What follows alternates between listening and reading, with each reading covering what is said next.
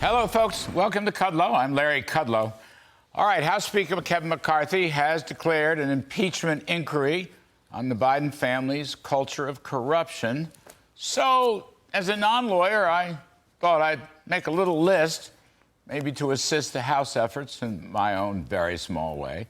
We do have Oversight Chairman James Comer. He's going to be here in just a second. He's been designated the lead in the inquiry. He's going to be on the show in just a few moments. But maybe he'll give some thought to my little list. And, of course, he's got the big list, which is what really matters. Parenthetically, I could talk some more about rising prices and falling family incomes, also rising poverty. This is all the failure of Joe Bidenomics. He's out defending Bidenomics today. We'll have more on that later in the show. But you could look at AAA national gasoline, now up to $3.86 on its way to $4. Oil in the world markets, $93 a barrel on its way to $100. This is killing middle-class working families. It's killing low-income people. It's reducing wages. Now look at refined petroleum products permeate the entire economy. I don't think people appreciate that. It affects hundreds of prices.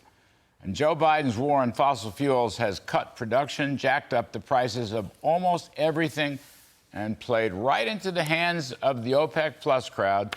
That includes all our great friends like Iran, Venezuela, Russia, and the Saudis. That whole story is sheer insanity. But having said all that about the failure of Bidenomics, bear with me while I go back to my small contribution to Chairman Comer's investigation of the Biden culture of corruption. According to various reports, 9 family members received foreign money from places like China, Russia, Ukraine, Romania, Kazakhstan, including even one grandchild. Half the money was given to Papa Joe, according to son Hunter. 10% of various deals were given to the big guy, according to Tony Bobulinski. At least 20 calls made to various Hunter Biden clients and colleagues to Papa Joe in the Oval Office or the White House. That, according to Devin Archer.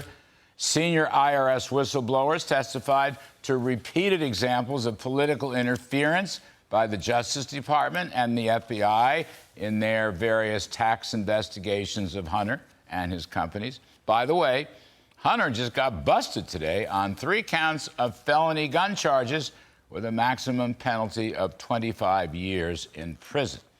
All right. Meanwhile, the whistleblowers also produced a WhatsApp message where son Hunter threw a temper tantrum at his Chinese communist investors in order to pay up a multi-million-dollar sum. And then Hunter revealed that Papa Joe was sitting right next to him, called that up close and personal extortion. A senior FBI informant reported that the CEO of Ukrainian oil company Burisma was extorted by Papa Joe to the tune of $5 million for Papa and another $5 million for the son as a bribery scheme to get rid of the Ukrainian prosecutor Viktor Shokin. And there's an audio tape floating around that allegedly proves this, but the FBI and who knows who else is either blocking it or burning it or just dropping it into the Danube River, who knows. Then poor Shokin lost his job because of a last-minute Papa Joe intervention, even though the U.S. State Department and their European counterparts all signed off on Ukraine's corruption reforms led by Shokin. Meanwhile, Devin Archer has testified that the Biden family brand was influence peddling. So in my non-lawyerly way, it seems to me influence peddling is a very big theme in all this, side by side with bribery and the culture of corruption. And of course, Papa Joe lied to the public for years in denying knowledge of his son's business dealings. I kind of saved that one for last because it really is the lowest hanging fruit in this story. Again, I'm just making a small contribution to this grand story called the Biden impeachment inquiry. Many of these charges are allegations, but many of them have been factually proven. And the failure of Bidenomics is not an allegation. It's backed up by hard evidence.